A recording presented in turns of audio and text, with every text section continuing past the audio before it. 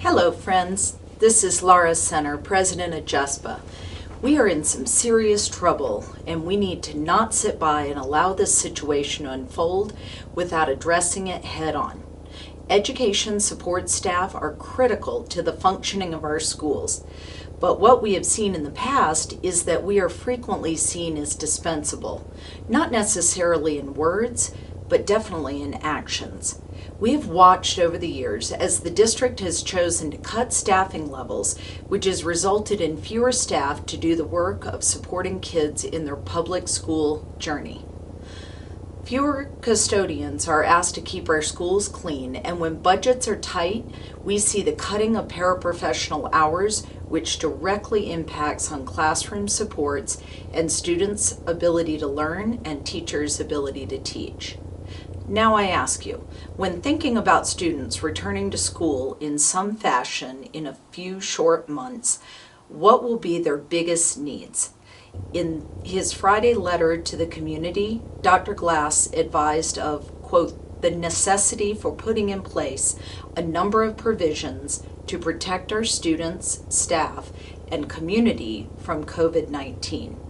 In my mind, the most basic way to protect people from this virus is to ensure clean schools. We will need to have more custodians sanitizing our schools top to bottom on a daily basis. In our elementary schools, we have seen one custodian on duty at a time. As we look to the future, I ask you, can one custodian clean a 25,000 square foot or larger school top to bottom every day by themselves? It just doesn't make sense. The other need of students when they return is more social emotional supports as they reintegrate into a school setting that looks much different than it did before. Teachers will need their paraprofessionals to help settle kids into their new normal and help tutor and support kids with catching up academically, as the remote learning environment is far from ideal with regards to delivering academic content. I am starting to get calls and emails from paraprofessionals and other social emotional support professionals from around the district, and their concern that they are being told they will not have jobs in August. If I were a teacher and heard that I would be expected to teach under these conditions without education support professionals by my side, I would be very concerned.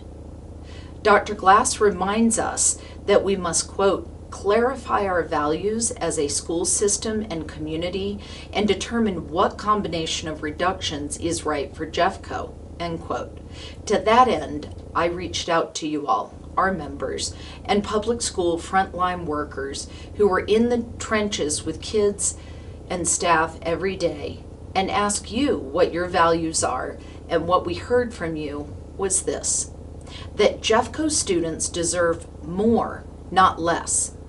They need better quality food and more time to eat. They need more teachers and lower class sizes. But most of all, students need fully staffed support professionals to keep schools clean and safe, and that means more paraprofessionals and emotional supports for students while in school or on remote learning platforms.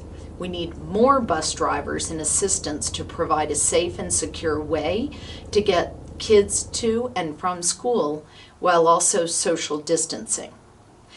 I thank you for your input in our JESPA budget survey. And now that we've got these values clarified, I would like to present the JESPA slate of demands in order to make the budget work, while at the same time fully meeting the needs of the students we serve. We can do this, JEFCO. But first, we need to consider cutting administrator salaries and cut at a higher rate for those making $100,000 or more annually. This is the right and equitable thing to do, as our teachers and ESP cannot afford a pay cut or freeze. Number two, we need to cut a number of central administrators and any redundant school-based administrators. Number 3, we need to cut all expenditures related to high-stakes standardized testing and test preparation, as we know this doesn't improve student outcomes. It simply lines the pocket of test prep publishing companies. They're making money on our kids. Number 4, cut contracts to outside companies such as consultants and external management companies, and instead leverage our skilled JEFCO maintenance professionals to complete small project construction jobs in-house. And finally, spend district reserves. This is the district savings account with taxpayer money that was intentionally set aside for emergencies. I don't know if y'all have noticed, but we are definitely in an emergency. JESPA members, we need to understand that we have a short window of time right now to speak to our legislators, as they will be deciding on education funding over the next few weeks only. This process will move very quickly and will be completed by the end of May. We are demanding that our legislators keep the budget stabilization factor flat, with absolutely no further cuts to education. We need the state to eliminate high-stakes standardized testing, which benefits no one except the publishing companies. We need to enact an emergency Tabor tax on the wealthy few and lower taxes for most. Many wealthy people feel strongly that they should pay more in taxes than those of us who cannot afford it. Trust me, wealthy people will be just fine if they have to pay a little bit more in taxes for the good of the community and public education. We need the state to also eliminate unfunded mandates that hurt our ability to educate students. There is no doubt we are in difficult times, but we must keep our eye on our highest values, which is keeping cuts as far as possible away from the student learning experience, which means away from licensed and education support professionals. Today, I am asking JESPA members to act in the following ways. Number 1, send a letter to the Joint Budget Committee imploring that they prioritize public education funding. Number 2, write a letter to the JEFCO Board of Education about these funding priorities. We had planned on speaking during public comment this past Thursday, but the board still has not allowed public comment except for written letters. Number 3, and finally, we need to take action together. We are calling for statewide public action on May 18th. I will not stand by and watch our students and our staff continue to suffer additional cuts.